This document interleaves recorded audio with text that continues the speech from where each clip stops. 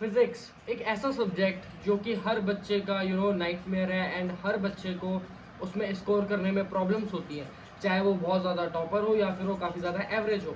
मैंने फिजिक्स में 80 plus score किए थे बोर्ड एग्जामिनेशन 2026 में and how I scored 80 plus by being an average student. Video को शुरू होने से पहले मैं एक चीज़ पहले कंफर्म करके बता दूं कि देखो हमारा ब्रेन जो होता है वो मतलब हर किसी का ब्रेन, हर किसी पर्सन का ब्रेन अलग अलग तरीके से वर्क करता है। तो इस वीडियो में मैं वही चीज़ें बताऊंगा जो मेरे एक्सपीरियंस के हिसाब से मुझे ज़्यादा बेटर लगती हैं। कुछ ऐसी चीज़ें बताऊंगा जो कि हर किसी के लिए ही बेस्ट है, ठीक है, हर किसी के लिए बेस्ट है। तो स्टार्टिंग में मैं वो चीज़ें बताऊंगा जो हर किसी के लिए बेस्ट है एंड इन दी एंड में कुछ ऐसी चीज़ें बताऊंगा जो मुझे मेरे पर्सनल एक्सपीरियंस से बहुत ही ज़्यादा हेल्प करी थी। तो वीडियो को स्टार्ट करते हैं। इस वीडियो में आपको 4 मेथड्स बताऊंगा और सबसे पहला मेथड है हाउ आई स्टडी फिजिक्स। देखो भाई, फिजिक्स को पढ़ने के अपने अपने तरीके होते हैं। बहुत से टीचर्स और कुछ अलग मेथड बताते हैं, बहुत से स्टूडेंट्स कुछ अलग मेथड फॉलो कर रहे होते हैं। अगर आपको फिजिक्स में इंटरेस्ट है तो फिर तो आप फिजिक्स को जैसा मन चाहो वैसा पढ़ो, आपको बढ़िया लगेगी।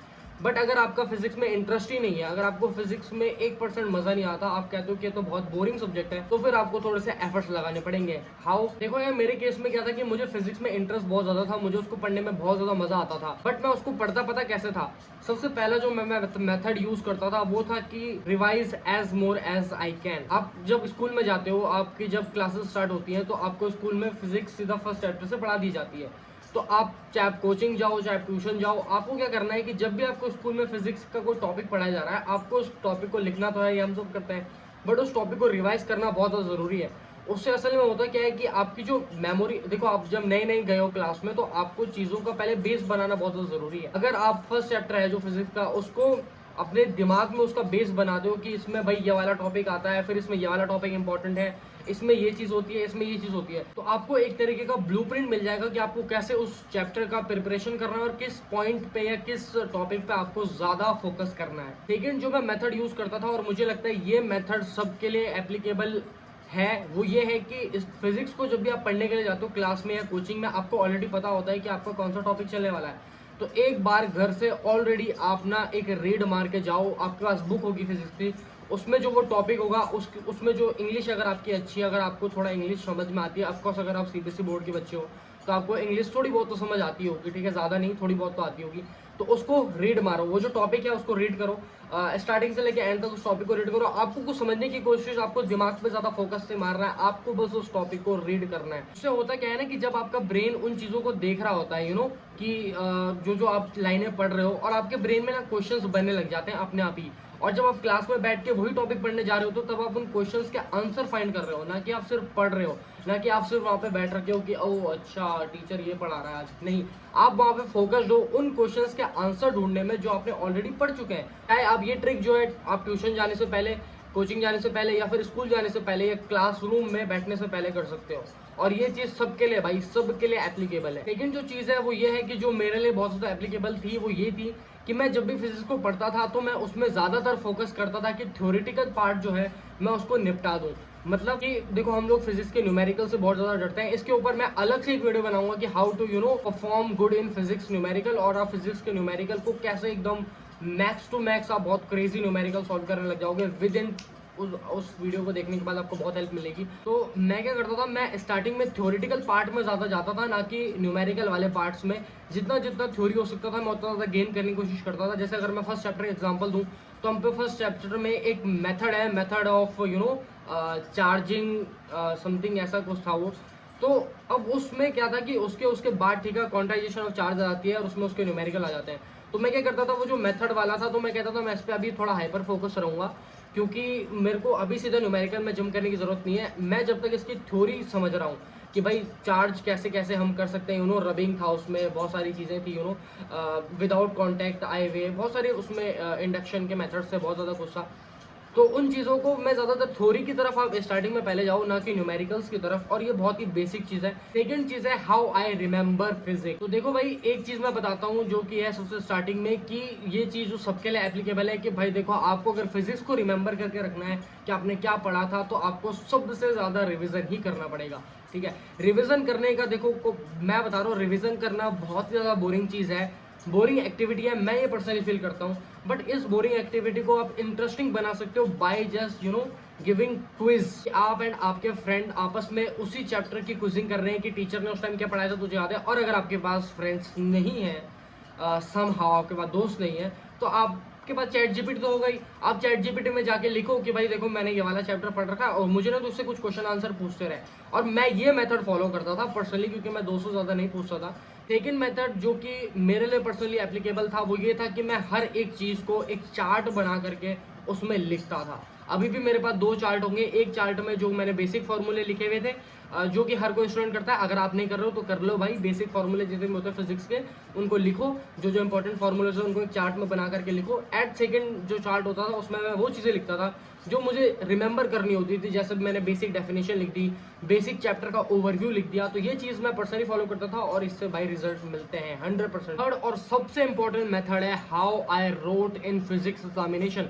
भाई देखो, अगर जब तक आप कितना ही पढ़ लो, कितनी मेहनत कर लो, आप 24 घंटे पढ़ लो एक दिन में, जो कि पॉसिबल नहीं है भाई, सबसे ज्यादा इंपॉर्टेंट पार्ट जो होता है वो होता है कि आपने अपनी स्पोर्ट्स की कॉपी में, मैं स्कूल एग्जाम्स की बात नहीं कर रहा, उसको अभी थोड़ा साइड रखते हैं, हम पहले बोर्ड्स के बारे में बात कर लेते हैं कि बोर्ड्स की कॉपीज में आप कैसे लिखोगे चीज को, ये सबसे ज्यादा इंपॉर्टेंट है भाई। और ये चीज नहीं आपको स्कूल में बताई जाती है, लकीली हमको बताई थी क्योंकि हमारे टीचर थोड़े से अच्छे थे फिजिक्स वाले। एंड बहुत से कोचिंग सेंटर्स में भी वाली बात बताई नहीं जाती। तो भाई मैं कहता हूँ टीचर से पूछो कि भाई मुझे कॉपीज में कैसे लिखना है, और अगर टीचर नहीं बताएंगे मैं तो हूँ, मैं बताता हूँ देखो आपको कैसे करके लिखना है। सबसे इंपॉर्टेंट पार्ट होता है फिजिक्स में कि आप जितना कम लिखोगे ना उतना ज़्यादा बेटर है।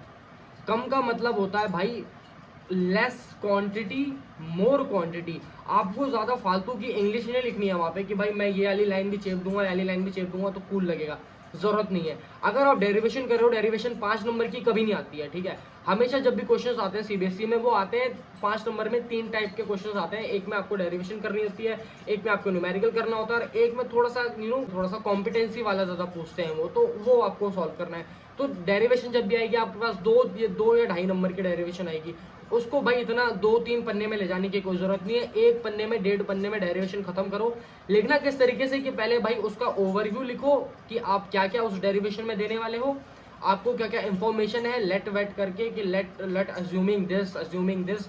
मैं तो अज्यूमिंग वाला जो वर्ड है ये ज़्यादा यूज़ करता था क्योंकि ज़्यादा अच्छा इम्पैक्ट डालता है कि भाई बच्चे ने अजम्पशन लिखा रखा है कि अजम्पशन क्या की है हमने इसमें। जितना हो सके उतना कम लिखो, बट अच्छी क्वालिटी में लिखो, अच्छी हैंडराइटिंग में लिखो, नीट एंड क्लीन लिखो। और जितना हो सके ना फालतू की चीज़ें जो हम कहते हैं कि कोई ऐसा टॉपिक है जिसमें आपको कुछ समझ में नहीं आ रहा है कि इसमें क्या लिखना है, तो भाई सिंपल सा है, उस टॉपिक को आधा उतारो, उसके बाद आप ना अपनी मर्जी से कुछ भी लिख दो। कुछ भी ऐसा मतलब नहीं है, उस टॉपिक से रिलेटेड कुछ भी लिखना है। ऐसा नहीं कि आपने कुछ भी लिख दिया, उसमें किसी के गाने लिख कर के आ गए, ऐसा नहीं करना भाई, ये बहुत ही गलत इंप्रेशन जाता है। अगर आप एवरेज स्टूडेंट हो तो भाई आपको इन चीज़ों में ज़्यादा फोकस करना पड़ेगा। अपार्ट फ्रॉम अगर कोई टॉपर होता है तो वो तो ऑफकोर्स पढ़ करके जाता है तो उसको पता होता है कि मुझे क्या लिखना होता है। बट अगर हम जैसे एवरेज जो होते हैं कि किसी टॉपिक में हमको समझ नहीं आ रहा होता कि हमको इसमें क्या लिखना है, तो भाई उससे रिलेटेड कुछ तो आ रहा होगा, उस वर्ड से रिलेटेड कुछ तो आ रहा होगा, उसको सीधा चेपना है उसमें। अब बात कर रहे थे कि मैं पर्सनली मैं कैसे लिखता था, मेरे पर्सनल एक्सपीरियंस से भाई मैं जब भी लिखता था तो मैं हमेशा ना 2 मेथड्स में हमेशा खेलता हूँ। सबसे पहला है कि कोई भी अगर क्वेश्चन आ रखा है ना, फिजिक्स में हर चीज़ फार्मूला रिटर्न हो सकती है, तो मैं सबसे पहले फॉर्मूला लिख देता था। सबसे पहले कोई सा भी क्वेश्चन है, चाहे वो थ्योरी पूछ रखी है, बेसिक से थ्योरी पूछ रखी है, उसमें पहले मैं फॉर्मूला लिख देता था। क्योंकि चाहे कोई टीचर मुझे इसमें नंबर ना दे पर क्या पता इसमें दे दे। बट वैसे अब ओएसएम वाला ज़माना है, तो ओएसएम में तो आपको स्टेप वाइज ही लिखना पड़ेगा। ये सबसे इंपॉर्टेंट पार्ट है कि आपको स्टेप वाइज कैसे लिखना है। इस चीज़ के ऊपर मैं अलग से वीडियो बनाऊंगा, इसमें मैं सबको नहीं समझा सकती। मुझे जो जो इन्फॉर्मेशन ज़्यादा लगती थी कि ये ज़्यादा इंपॉर्टेंट है इस आंसर को देने के लिए, उस इंफॉर्मेशन को लिखता था, बाकी सारी चीज़ें छोड़ देता था। भाई अगर ओम्स लॉ का क्वेश्चन आ रहा है जो कि बहुत रेयर है, नहीं आता है, तो भाई ओम्स लॉ की जो बेसिक स्टेटमेंट है उसको लिख दो और उसके फॉर्मूला रिप्रेजेंटेशन दे दो। उससे ज़्यादा लिखने की कोई ज़रूरत नहीं है, सीरियसली कोई ज़रूरत नहीं है। Last and the most important part, how I scored 80 plus in physics examination of 2026। भाई ये ज़माना बहुत गंदा था, हमारे टाइम के एग्ज़ाम्स जो हुए थे बहुत ही ब्रूटल हुए थे। हमारी कॉपीज चेक जो हुई थी बहुत ही घटिया तरीके से हुई थी। हमारा जो क्वेश्चन पेपर आया था सबसे यूनिक क्वेश्चन पेपर आया था, बहुत ही अलग अलग उसमें क्वेश्चन पूछे हुए थे, बहुत ज़्यादा कॉम्पिटेंसी थी, बहुत डिफरेंट टाइप के क्वेश्चन पूछ रखे थे। उसके बाद भी मैंने ये स्कोर कैसे किया, भाई देखो सिंपल सी बात है, सिर्फ मैटर करती है कि आपने कॉपी में क्या लिखा है। ये चीज़ मैं आपको बता रहा हूँ। मेरी क्लास में, मेरे ट्यूशन में ऐसे बच्चे थे जो भाई हर दिन 8-8 घंटे पढ़ते थे सिर्फ फिजिक्स को, और उन्होंने दोनों बुकें, जो 2 बुकें हमारी फिजिक्स की, दोनों बुकें चार्ट रखी थी पूरी की पूरी। बट उन बेचारों को यही नहीं पता था कि इंपॉर्टेंट पार्ट क्या है कि उनको कॉपी में लिखना है भाई। इसके नंबर मिल रहे हैं, ये नंबर नहीं मिल रहे कि तुमको कितना आता है, तुमने क्या किया है। रिप्रेजेंटेशन के नंबर मिल रहे हैं, प्रेजेंटेशन के नंबर मिल रहे हैं, उस चीज़ के नंबर नहीं मिल रहे कि कितना नॉलेज है, उस चीज़ के नंबर नहीं मिलते। मिलते हैं नंबर तो किन चीज़ के, कि आपने कॉपी में क्या लिख रखा है, मेन इंपॉर्टेंट पार्ट है। मैंने भी भाई, मुझे जितनी इन्फॉर्मेशन थी, मैं फिजिक्स को बहुत ज़्यादा पसंद करता था एज अ सब्जेक्ट, मुझे बहुत पसंद लगता है फिजिक्स, अभी भी मैं उसी को स्टडी कर रहा हूँ। तो उसको कॉपी में नोट करके लाओ, ना कि उस चीज़ को आपने सिर्फ और सिर्फ याद कर लिया, रिमेंबर कर लिया, आपने वो चीज़ पढ़ ली, वो मैटर नहीं करती है। आपको उसको रिटर्न फॉर्म में लिखना है। डेली प्रैक्टिस करो। डेली कौन प्रैक्टिस करता है? ऑफकोर्स कोई डेली प्रैक्टिस नहीं करता। मैंने कोई डेली प्रैक्टिस नहीं की थी।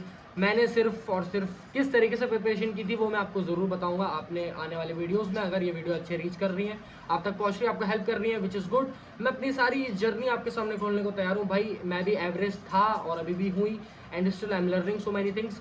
बट अगर स्कोर करना है फिजिक्स में 80+, तो वो भाई एक वीडियो से नहीं होने वाला। तो मैं 4-5 वीडियो जरूर बनाऊंगा इसके ऊपर, और जो जो उसमें मेथड बताएं उन चीज़ को नोट डाउन करो भाई, फॉलो करो। सबसे इंपॉर्टेंट पार्ट है कि उन मेथड को तुम फॉलो करो जो मैंने बताया। मैंने अपना 1 साल का पूरा नॉलेज तुम्हारे सामने रख रहा हूँ, उस चीज़ को फॉलो करो भाई। 100% एग्जाम में नंबर्स आएंगे, मैं गारंटी दे रहा हूँ यार। मैं बता रहा हूँ, क्योंकि मैं खुद एक एवरेज स्टूडेंट था, और OSM में इस बार जो बच्चों की लगी है ना, मुझे पता है कि कैसी लग रखी है। मेरे साथ ऐसा नहीं हुआ, क्योंकि भाई मैंने बहुत ज़्यादा सेफ प्ले किया, and I am happy with that. Let's go, see you in another video, let's go.